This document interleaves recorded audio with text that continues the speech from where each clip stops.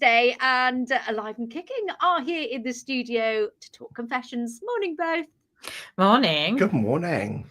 Lovely to be here this morning. The sun is shining, even though we're in the bowels of the Pure West building. Wow. I'll tell you what, it's warmer in this room than it is outside at the moment. It is a bit chilly in the shade, but in the sun, it's lovely and warm and balmy. Yes, it is lovely. Yeah. It is very nice.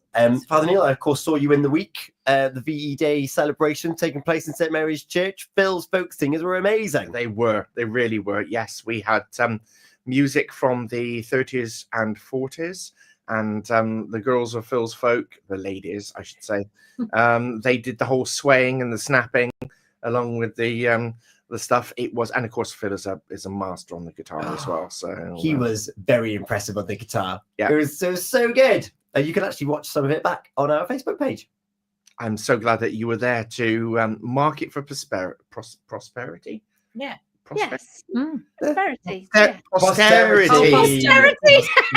Not prosperity. I didn't leave with money in my pocket. Yeah, it was posterior. No, Posterity.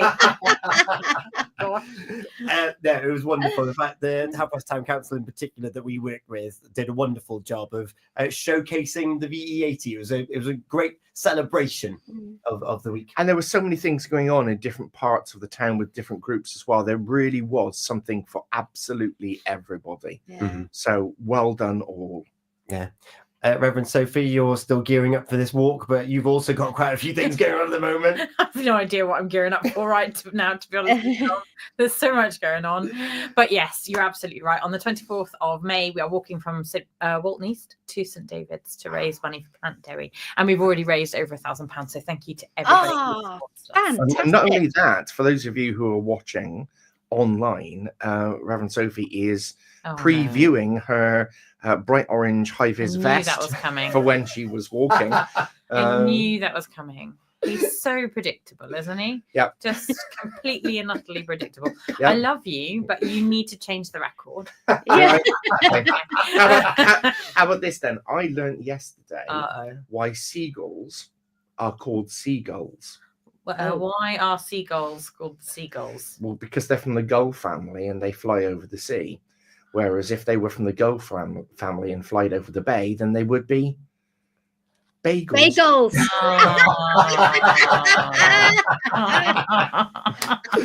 Yes, I'm going to accept that one. Yeah, that's a harmless little joke. That There's is nothing wrong with that whatsoever. Nothing wrong with that at all. The fact that a 7-year-old told me and I'm passing it off as my own is good.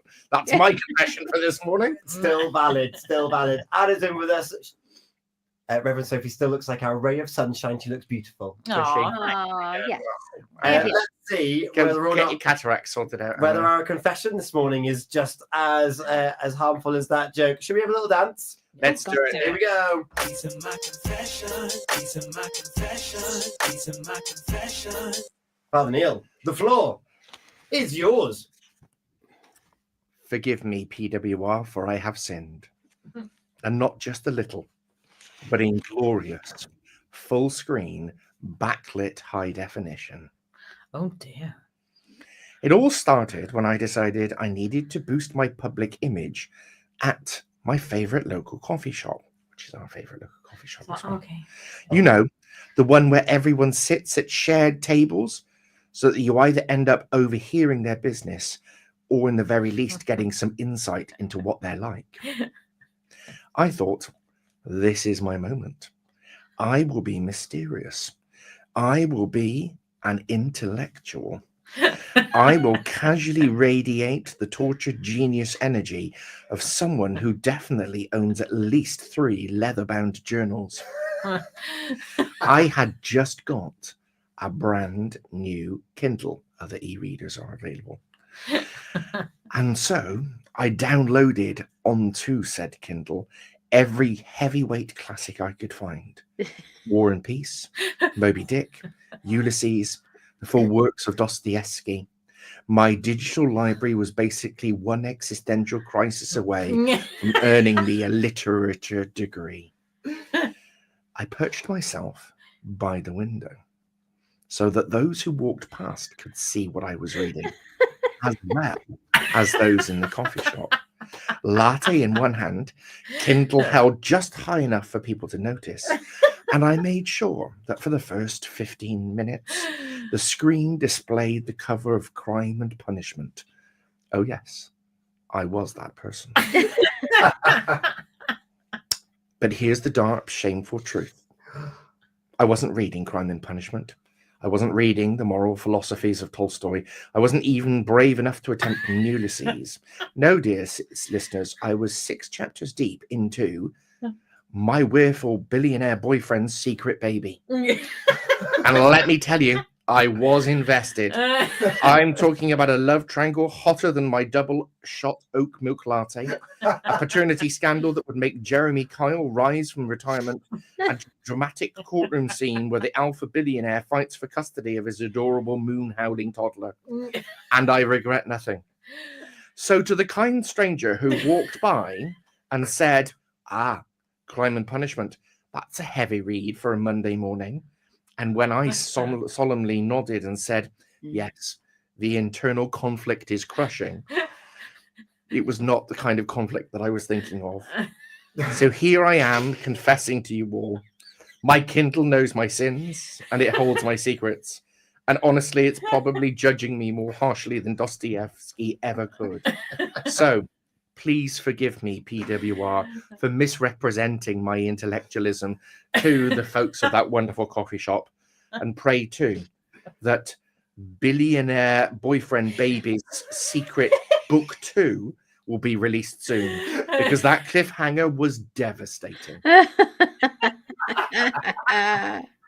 Oh, I love this. So in summary, we've got a lovely coffee shop not very far away from here. Correct. We've got someone who wants to go there and join in on the wonderful benches and join in on the conversation. They want to portray an air of, I know what I'm talking about. I know about the world. I know about affairs and modern intellectual history.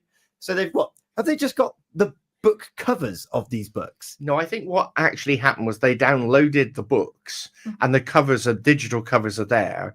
And then they would just, because you can flick sideways between books, so they would keep the cover up for when somebody got near and swipe. Otherwise, they would swipe back to the let's say less than sparkling literature that they were reading at the time. I love that. So they're flicking back and forth between these books when actually they're just reading something nice, quick and easy. And then someone actually said, "Oh, that's a bit of a heavy read for a thing," and they're like, "Oh yes, it is." Sweating, presumably. The words that, and I love this. This is a direct quote from the person involved. Yes, the internal conflict is crushing. Yes. to the only person who actually noticed that they had War and Peace up there. So So my first question then on this thing of do we forgive this this misrepresentation is why, Reverend Sophie?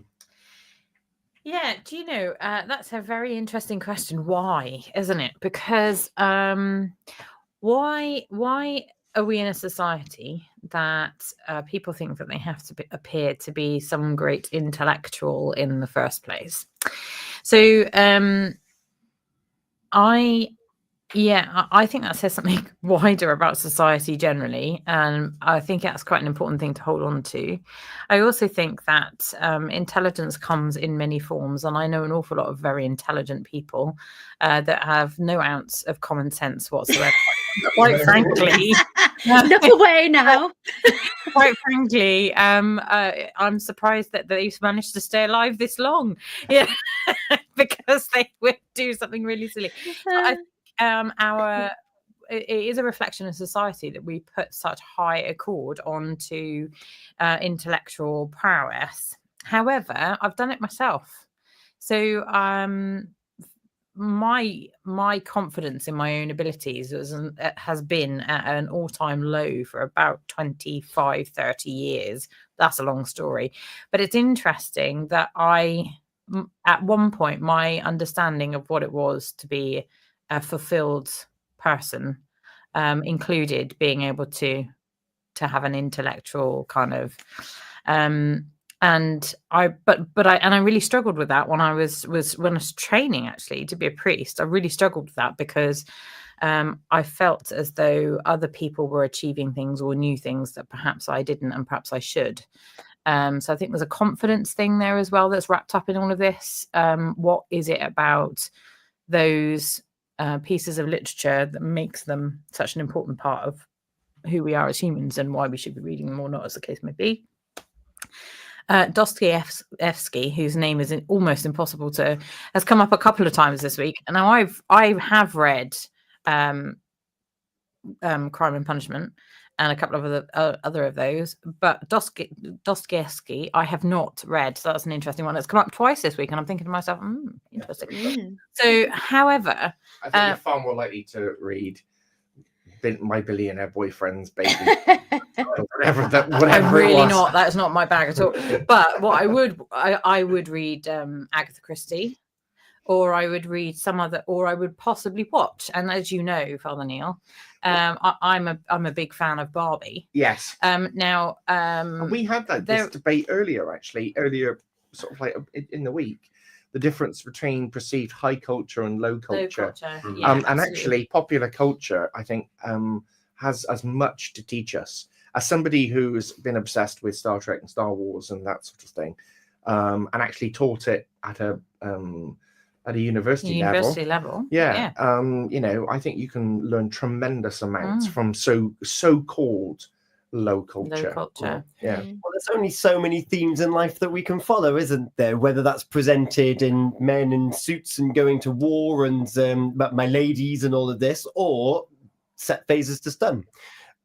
Gina. I just don't know why you'd want to do this. It just doesn't make sense to me. You know, if Mastermind had the specialist subject of Facebook, I'd be there. and I'm not embarrassed about that at all. However, I have read books of Martina Cole. Has anybody read Martina Cole? Yes, No. I've read a couple. Yeah, and that's the type of book that I would pick up and enjoy. But I just don't know why you'd have to pretend that you're something else to others. I don't get that. So I'm sort of on the fence, really. Are you Be true to yourself. Yeah, I just why? And particularly such a level, because you've got that low things that you just mentioned there. You've got like your everyday reading that some people like in popular culture. And then there is your War and Peace, your absolute almanacs of kind of literature. It's like, why would you want to pretend to be that? I know. Why would you want to use a doorstop to try to impress the other people in the coffee shop? I think it's particularly that coffee shop, actually, because they're far more likely to be talking about what's going on with the latest football match, match and golf, and surfing, than they are Dostoevsky, to be honest with you. And I think there is a confidence issue there. I think it's a perception issue. So I think we perceive other people to be certain types of people, and we don't necessarily know them well enough to be able to make those kind of judgment calls. It's about judgment, isn't it? And then we often judge ourselves by others, and what we think we should be. And what we should think we should be. So comparison is the world's biggest enemy, because we compare ourselves to other people and go. I'm coming in preloaded, I have to admit. Well, because I forgave immediately. Because I kind of did tap into the zeitgeist of what we're talking about this morning and said, there's not really anything to forgive here. You just need to maybe have the confidence to read the book that you want to read. Yeah. Openly, because you're reading it anyway. I would rather have a really good conversation about someone who knows Billionaire's Boss Baby to the level that they could get enthusiastic about it. That's what I care about, is enthusiasm. It's like, I read this chapter, you'll never forget, like, you never realize what happened at this chapter, and then I'm at the cliffhanger at the end. I want to see someone come alive when they talk about what they're reading. That would be another coffee. We'll order another coffee because we're still talking about this. Yeah. I can do that with Barbie if you like. Can't wait. What I'm going to say is this is very closely linked to your Gratitude Tuesday. Yes. Oh, yeah. Confession: I didn't hear Gratitude Tuesday this week. I was busy, which is why I wasn't doing. It's Mental Health Week this week. Yes, it is Mental Health. And so I asked people to concentrate on one word: enough. You are enough. Okay. You're enough as you are, and you're loved and you're cherished as you are. As you are. Yeah. Yeah. Yeah, And absolutely. if that means that you enjoy reading Billionaire Boss Baby and other types of literature that isn't War and Peace and high literature, then so be it. Yeah. Yeah. I'm Yeah. far more likely to be found in a coffee shop. Well, not probably on my phone as opposed to reading, but as opposed to reading the Bible or the Church Times, I'm far more likely to be found reading either Private Eye or the latest edition of Board Games Monthly. I love that. My favourite author is Kathy Rikes. So I really love the sort of Bit of mystery, forensic slow anthropology, burn. Yeah. that kind of thing. That's one of my favourites. Yeah, so I'd be flashing those sort of titles around, and then you might get Mm. somebody over your shoulder and go, "Oh, I love that," and that's what's going to spark the conversation. So really, really be yourself.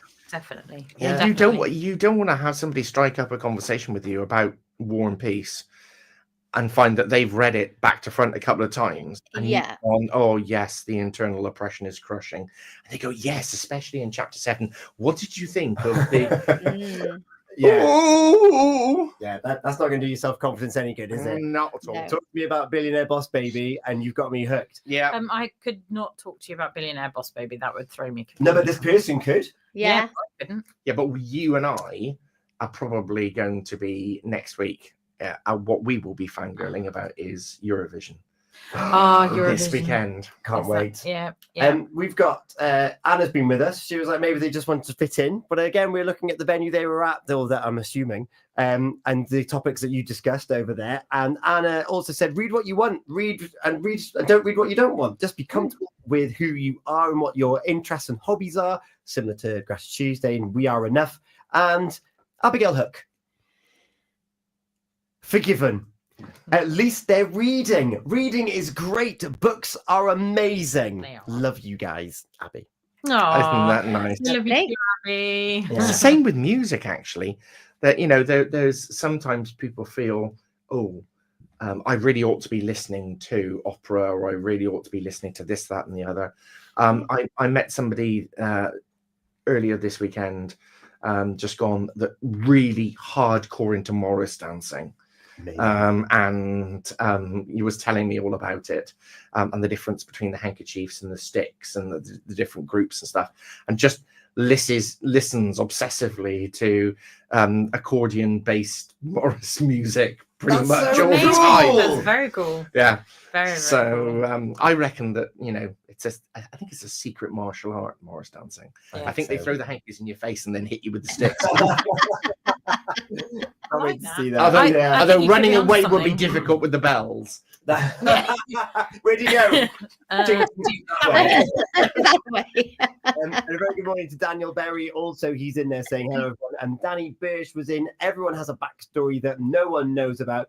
Be a good listener first and foremost. And that doesn't mean looking over someone's shoulder and being, Yeah. he's only reading Billionaire Boss Baby, or he's reading War and Peace. I better be careful around them. Doesn't matter. No. I'm a little bit upset about the misrepresentation, but I'm more concerned about why they felt the need to do that in the first place. So, like brother over here, I'm also going to forgive. I'm throwing it out there along with Abigail. Wow. Oh, there we are. Yeah. Okay. You're forgiving as well. I came in preloaded because I forgave at the time. Yeah. So I agree that that this is most definitely about someone's inner confidence rather than it is anything else, and it's harmless either way. So forgiven. Forgiven. Yeah. Gina, Totally forgiven, and just be yourself. just be yourself. It's a clean sweep. Well, we got another one. Anna, is it a clean sweep? Forgiven. But Yay! with the flow. Don't dig yourself a hole. That rhymes. I love that. She's a poet and she knows it. And she knows it. Should we put our hands to the sky? Let's do it.